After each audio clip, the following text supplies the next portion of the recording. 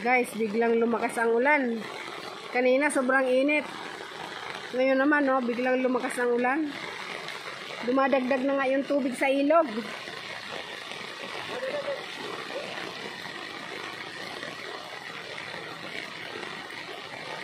Baka hindi ako makauwi ngayon. Bukas siguro ng maaga.